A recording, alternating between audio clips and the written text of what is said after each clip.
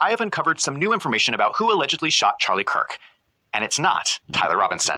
I've spent a lot of time researching what happened, and I think what most people do not understand about this case is how far down this rabbit hole goes. So get ready, we're going to go max.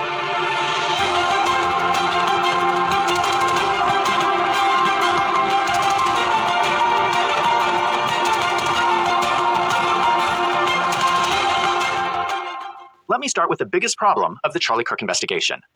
We all started with the assumption that he was an innocent victim. He was a martyr. He could do no wrong. I think we all made the wrong assumption. Here's the issue. We are now at a tipping point where we have uncovered so many shady things that were going on around Charlie Kirk. It looks like there was so much wrongdoing that it is unbelievable that Charlie Kirk was unaware of at least some of what was going on. There were shady things in the financials of Turning Point, allegedly. There were violations of election laws, allegedly. There were strange connections between the staff at Turning Point and Fort Huachuca, allegedly. There was Erica Kirk's strange past, allegedly. There was just too much going on that I no longer believe Charlie Kirk was an innocent victim. He was a genius. You can tell that he was brilliant by just watching him speak. Well, he cannot be both a genius and completely unaware of what was going on around him. How could he not figure some of this stuff out? I think he not only knew about some of these alleged criminal activities, he was also involved at some level. And that changes the entire story about what happened on the day that he was murdered. In a previous video, I talked about Fort Huachuca. This is where they have the U.S. Army Intelligence Center of Excellence. I want to talk about this further. And I'm going to go back to the beginning. And stay with me because this all leads back to Charlie Kirk's murder. I'm going to go through some of the conspiracy theories of the last decade and try to pull out what is fact and what is fiction. I showed this photo in one of my previous videos. This is Charlie Kirk and Tyler Boyer in 2017, allegedly, at the inauguration night party at the Trump Hotel in Washington, D.C. They are making these weird hand signals. This is generally accepted as the hand sign for okay. But many of you have messaged me that that hand sign is also known to be used by Freemasons and the Illuminati. It symbolizes the all-seeing eye. I started looking into this. It's actually very strange.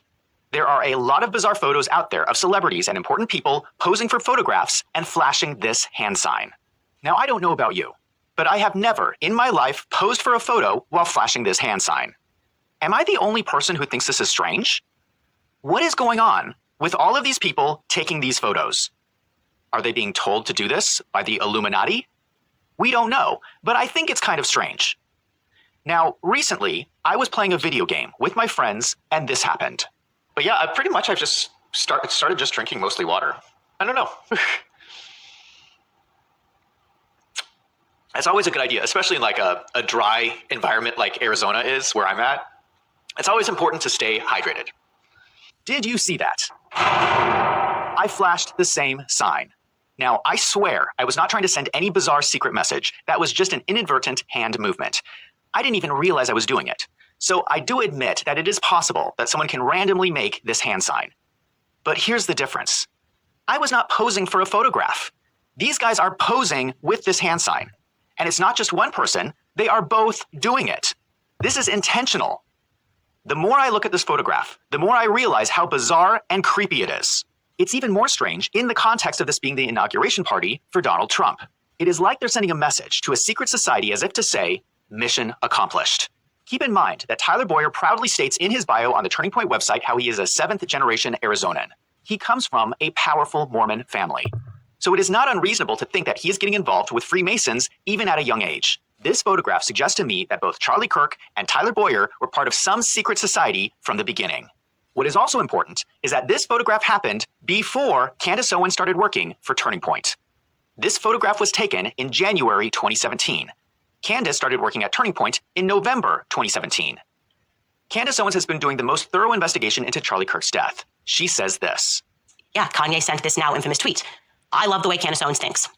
I believe, and I'm saying this retrospectively, that from that moment onward, Charlie and I were assigned handlers. Okay, this is an expression that Kanye used to say, have a handler. I thought that he was just saying that. I thought that he was referring to just Hollywood.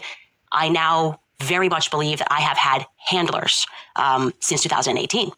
And that things were done intentionally to pull me and Charlie apart. What Candace Owens does not realize is that there is a growing possibility that her handler was Charlie Kirk himself.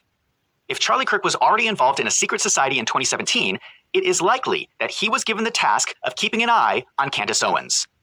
I think that Charlie Kirk was a double agent from the beginning. Candace has released a bunch of text messages between the two. Charlie Kirk says, "Are you ready for the war that's coming? We gonna fight, we gonna win, they will lose." Candace responds, "So effing exciting." Charlie says, "Yes." Candace is not gonna like me saying this, but I'm gonna say it anyway because I think it's the truth. In my opinion, those text messages read like Charlie Kirk is trying to groom Candace Owens to become part of their secret operation. It did not work out because Candace Owens is really bad at taking orders from people. For some reason, she's just not good at following orders. I don't think she would do very well in the military. And we know the rest of the story. Candace Owens left Turning Point, and the rest is history. The bottom line is this photograph exists, and there has to be an explanation for it. And if you think I've gone off the deep end, hold on, because there's a whole lot more.